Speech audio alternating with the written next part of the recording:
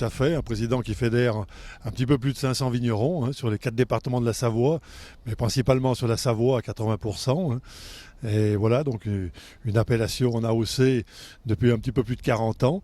Et aujourd'hui, nous sommes fiers de vous faire découvrir une partie de notre production, en particulier les rosés de Savoie. L'actualité des vins de Savoie. Il y en a une qui est très récente et très bulleuse. Eh bien sûr, c'est la reconnaissance un petit peu de nos effervescents créments de Savoie. Donc voilà, aujourd'hui, on est rentré dans la grande notoriété des créments de France. Et nous sommes très fiers, voilà, d'avoir eu cette reconnaissance. Et d'ailleurs, on a été bien accueillis par la Fédération nationale des producteurs et élaborateurs de créments, qui ont aussi été à nos côtés pour porter le dossier avec l'INAO. Et aujourd'hui, voilà, il y a d'ailleurs, suite aux premières commercialisations de bouteilles, un véritable engouement du consommateur pour notre production. Et puis, c'est vrai que la qualité est aussi au rendez-vous. On parlait tout à l'heure de vins rosés. Vous les définissez comment, ces vins rosés que l'on oublie trop souvent en Savoie? On pense au blanc, on pense au rouge et on ne pense pas assez au rosé de Savoie. Tout à fait. Ils sont élaborés, nous, avec nos cépages traditionnels rouges de Savoie. Et ils sont donc à l'image aussi de nos départements, sur la fraîcheur, la légèreté. Voilà, des choses très délicates, très en finesse. Et c'est des rosés qui ont leur place sur les cartes des restaurants à côté des autres rosés des provinces de France. Et dans les caves des copains également. Quel est le pourcentage des rosés par rapport au blanc et au rouge? Vous avez la répartition des 3 couleurs?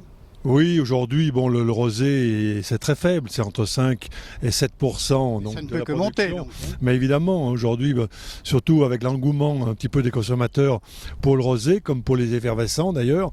Donc, et puis nous, c'est vrai que notre qualité c'est largement améliorée. On a progressé, nos méthodes culturales ont complètement changé au niveau du travail de la vigne et qui est au bénéfice de la qualité. Il y a une maîtrise totale de la production, un respect de l'environnement au niveau du travail de la vigne, et ça, voilà, tout au bénéfice de la qualité et bien sûr du consommateur. Il y a une ligne de conduite, rosé de Savoie, est-elle particulière d'autres rosés des provinces de France? Nous, on a une spécificité, c'est surtout à partir de la vinification en général sans malolactique. On ne recherche pas cette deuxième fermentation justement pour conserver cette véritable fraîcheur à ce rosé. Et je pense que c'est ce qui fait notre spécificité. Et puis surtout, le terroir. C'est le terroir qui est quand même derrière ça, avec nos microclimats qui sont associés à notre terroir. Et c'est ce qui fait la spécificité des vins de Savoie et aussi du rosé de Savoie. Michel Quenard, un vin, un plat savoyard.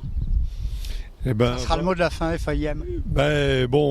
Bien sûr que nous, là, on est autour du lac on est sur le lac du Bourget, et c'est vrai que nous, c'est surtout pour associer un petit peu avec la pêche du lac, et en particulier avec la friture du lac, les petits perchots, voilà, donc la petite perche, voilà, qui. Oui, en apéritif, et puis après en ferrat grillé. Tout à fait. Après, bien sûr, on a les poissons encore un petit peu plus nobles, qui est la ferra, oui.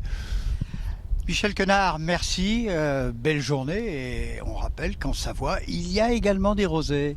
Bonne journée, à bientôt. Voilà, à bientôt. Et puis nous, on a plaisir aussi à faire découvrir l'œnotourisme un petit peu en Savoie. Ça, on est au cœur de l'œnotourisme. D'autant plus qu'on est sur un territoire labellisé avec le label Vignoble et Découverte, autour du lac du Bourget, donc qui regroupe tout le vignoble de la Chautagne et celui de Jongieu.